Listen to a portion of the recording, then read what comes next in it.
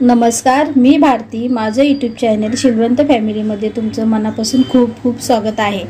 तर आपण मिरच्या आणि लसणाची चटणी कशी बनवायची एकदम सोप्या पद्धतीत सांगत आहे। आणि ही चटणी खूप छान लागते।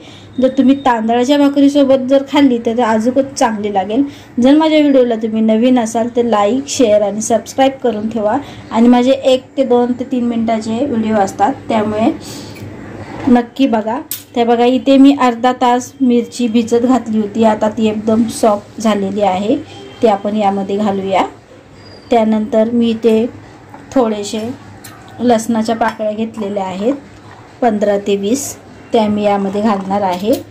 आणि 2 चम्मच आपल्याला जे आपण मिरच्या भिजत टाकलेलं तेच पाणी आपण 2 चम्मच यामध्ये घालणार आहोत। आणि त्यानंतर आपण यामध्ये थोडासा मीठ घालणार आहे चवीनुसार। आणि आपल्याला हे मिक्सरला चांगलं बारीक पेस्ट करून घ्यायची आहे। बघा, ही चटणी जी आहे ती आपली रेडी आहे। तिला आपण आता एका वाटीमध्ये काढून घेऊया आणि याच्यावरती आपण फोडणी देऊया तेलाची।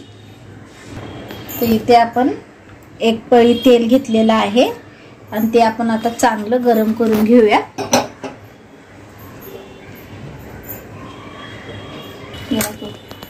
ते बघा, इथे चटणी मी एका याच्यामध्ये काढून घेतलेली आहे। आणि आता तेल जो आहे तो आपला पूर्ण कडकडीत गरम झालेला आहे। तर आपल्याला यामध्ये हा तेल गरम तेल घालायचं आहे आणि चांगली अशी फ्राय करून घ्यायची। बघा, मिक्स करा अशी। आपला तडका जो आहे तेलाने छान दिलेला आहे।